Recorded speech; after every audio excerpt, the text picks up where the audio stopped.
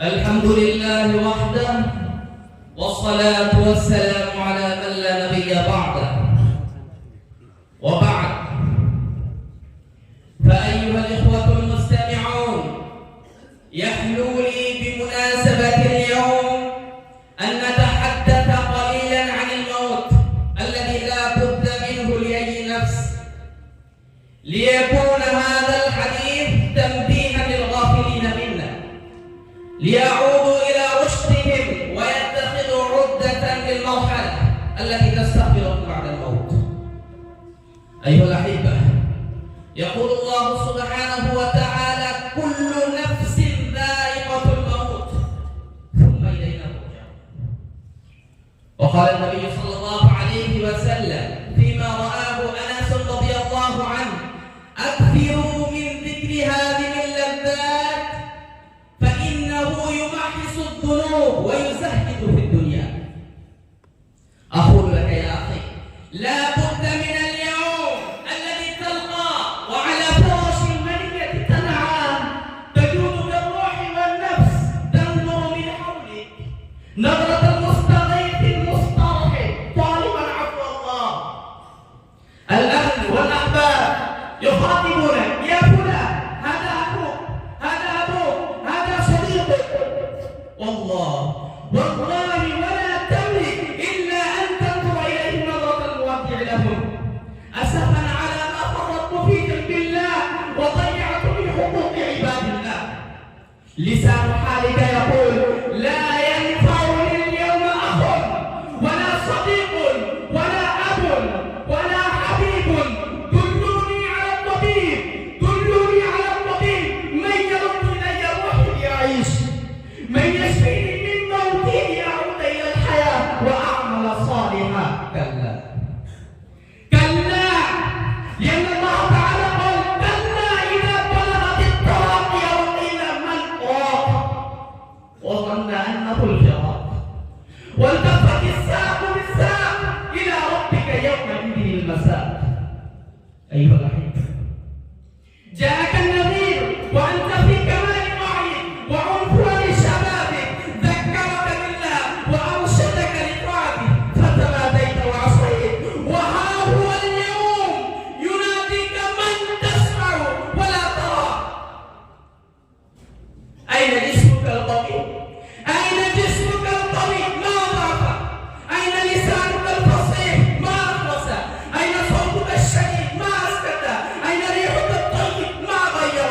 أين مالك؟ أين كنزك؟ أين ملكك؟ أجمعت الدنيا؟ أجمعت الدنيا؟ أم الدنيا جمعتك؟ أتركت الدنيا أم الدنيا تركتك؟ استعددت للموت أم المنية عادلتك؟ أيها الأحبة، كل عمل مكتوب عليك، وكل حسنة ترجو ثوابها، وكل صلاة تصليها، وكل سجدة لله ترفعك مقامات عند الله سبحانه وتعالى. وغدا لا ينفعك ندم ولا حسرة. قال الله تعالى: يوم يكشف عن ساق ويدعون إلى السجود فلا يستطيعون، خاشعة أبصارهم ترهقهم ذلة وقد كانوا يدعون إلى السجود وهم سالمون. أيها الأحبة، الموت حق لا باطل فيه، واقع لا مفر منه، يقين لا شك فيه، طالب لا يمل الطلب، لا ينتظر أحدا ولا يمهل أحدا، لا يبقي أحدا، لا يبقى إلا الله الواحد الأحد، ولا يستشهد أحدا ولا يستأذن على أحد. أيها الأحبة، طرق الباب على رسول الله صلى الله عليه وسلم، فقامت فاطمة تفتح الباب. قال: من بالباب يا فاطمة؟ قالت: رجل غريب جاسع. قال: أتدري من هذا يا فاطمة؟ هذا هاضم اللذات وميتم البنين والبنات ومفرق الجماعات. قومي فافتحي لك الباب. فقامت فاطمة ودخل ملك الموت على رسول الله صلى الله عليه قال له النبي صلى الله عليه وسلم: أجئتني قابضة أم زائرة؟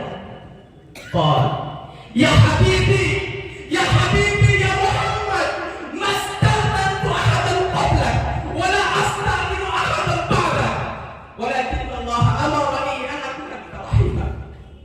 قال: أين أخي جبريل؟ أين أخي جبريل؟ قال: هو في السماء تعزيه في روحك الملائكة. فنزل جبريل وقال: السلام عليك يا رسول الله، إن الله تعالى أرسل ملك الموت يستأذنك بين أن يقبض روحك الساعة أو يؤخرك كما أخر نوحا 1050 سنة. قال: وماذا بعد؟ وماذا بعد؟ قال: الموت. قال نبينا صلى الله عليه وسلم: بل الرفيق الأعلى، الرفيق الأعلى. فأفق يا أخي من غفلتك واعتبر بمن مات قبلك، واعتبر بمن مات قبلك. لا تصيبك سكرة الموت ولا يتركك حادثا، بل قست القلوب من الذنوب كأنها الحجر الأصم، لا يسمع موعظة ولا يعتبر بالمصيبة. كم من ناظرين لنا ومتعبنا، كم من أغنياء كانوا لنا عبرة، كم من ملوك يعيشون في الأرض تكبرا أو ظلما كانوا لنا عبرة. أيها الأحبة، قال رسول الله صلى الله عليه وسلم لعبد الله بن عمر: إذا أصبحت فلا تنتظر المساء، وإذا أمسيت فلا تنتظر الصباح، وخذ من حياتك لموتك ومن صحتك لسقمك، فإنك لا تدري ما اسمك غدا.